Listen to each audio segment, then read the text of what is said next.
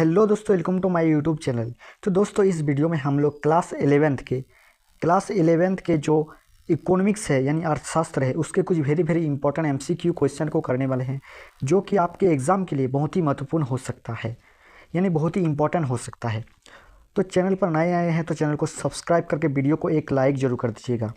तो इस वीडियो में हम लोग क्लास 11th के जो इकोनॉमिक्स है यानी अर्थशास्त्र है उसके कुछ वेरी इंपॉर्टेंट एमसीक्यू क्वेश्चन को देखने वाले हैं, इसलिए वीडियो को लास्ट तक जरूर देखिएगा। तो देख सकते हैं यहाँ पर पहला नंबर क्वेश्चन है कि किसने कहा है कि अर्थशास्त्र जीवन के सामान्य कारोबार के संदर्भ में मनुष्य के अध्ययन से संबंधित है। तो किसने कहा है? तो वन का जो राइट आंसर हो जाएगा वो बी नंबर हो जाएगा, अल्फ्रेड मार्शल ने। यानी अल्फ्रेड मार्शल ने कहा है कि अर्थशास्त्र जीवन के सामान्य कारोबार के संदर्भ में मनुष्य के अध्ययन से संबंधित है। आगे 2 नंबर क्वेश्चन है कि अपनी विभिन्न आवश्यकताओं की पूर्ति करने हेतु किया जाने वाला कार्य क्या कहलाता है। यानी अपनी विभिन्न जो आवश्यकता है उस आवश्यकता को पूर्ति करने हेतु किया जाने वाला जो कार्य है वो क्या कहते हैं। तो 2 का जो राइट आंसर हो जाएगा वो बी नंबर हो जाएगा, उपभोग, यानी उसे उपभोग कहते हैं।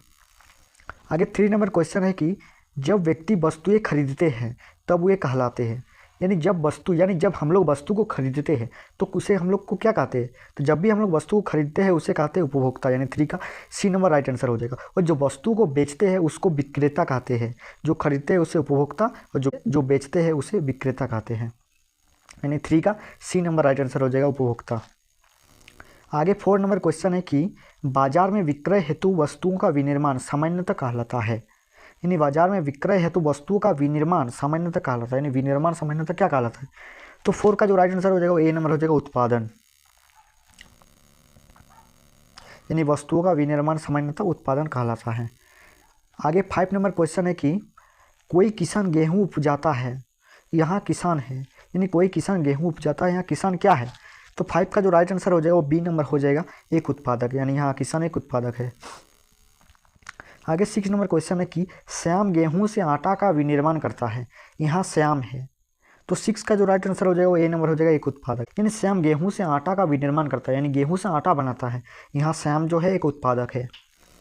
आगे 7 नंबर क्वेश्चन है कि जब व्यक्ति स्वयं के लाभ के लिए वस्तुएं बेचते हैं तब वे कहलाते हैं। तो स्वयं के लाभ के लिए जब वस्तुएं बेचते हैं तो उसे कहते हैं विक्रेता, यानी 7 का बी नंबर राइट आंसर हो जाएगा। आगे 8 नंबर क्वेश्चन है कि वैसी क्रियाएं जो धन प्राप्त करने के उद्देश्य से की जाती है कहलाती है। यानी वैसी क्रियाएं क्या कहलाती है जो धन प्राप्त करने के उद्देश्य से की जाती हैं। तो 8 का जो राइट आंसर हो जाएगा वो बी नंबर हो जाएगा, आर्थिक क्रियाएं, यानी धन प्राप्त करने के उद्देश्य से जो क्रियाएं की जाती है उसे आर्थिक क्रियाएं कहते हैं। आगे 9 नंबर क्वेश्चन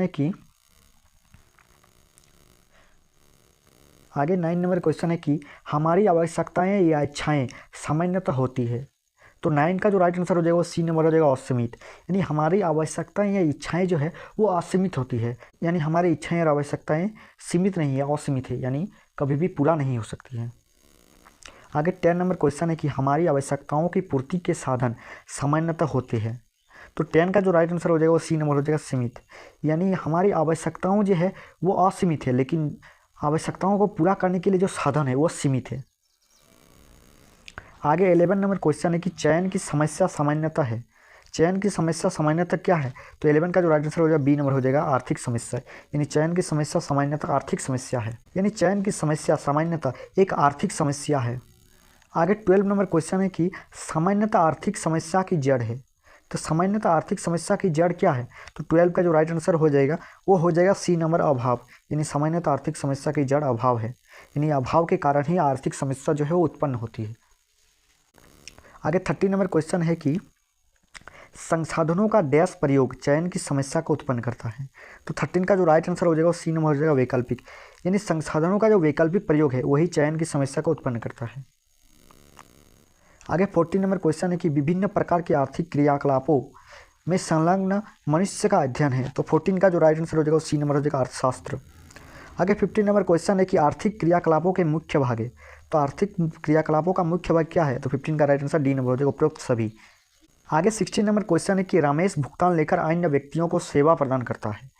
यहाँ रामेश है, यानी रामेश जो है वो भुगतान लेकर, यानी व्यक्तियों को सेवा प्रदान करता है भुगतान लेकर।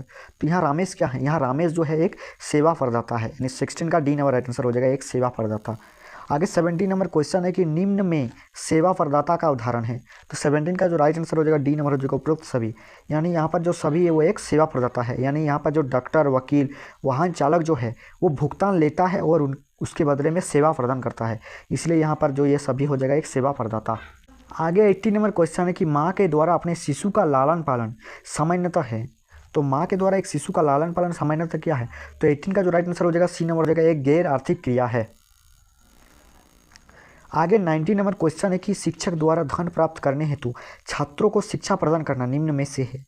तो 19 का जो राइट आंसर हो जाएगा सी नंबर हो जाएगा एक आर्थिक क्रिया। आगे 20 नंबर क्वेश्चन है कि निम्न में से मनुष्य के आम जीवन के कारोबार का प्रभावित करते हैं। यानी निम्न में से मनुष्य के आम जीवन के कारोबार को कौन प्रभावित करता है? तो 20 का जो राइट आंसर हो जाएगा डी नंबर हो जाएगा उपरोक्त सभी। यानी सुनामी, भूकंप, कोविड, ये सभी जो है वह मनुष्य के आम जीवन के कारोबार को प्रभावित करता है। आगे 21 नंबर क्वेश्चन है कि अर्थशास्त्र का पिता किसे माना जाता है? यानी अर्थशास्त्र का पिता किसे कहते हैं?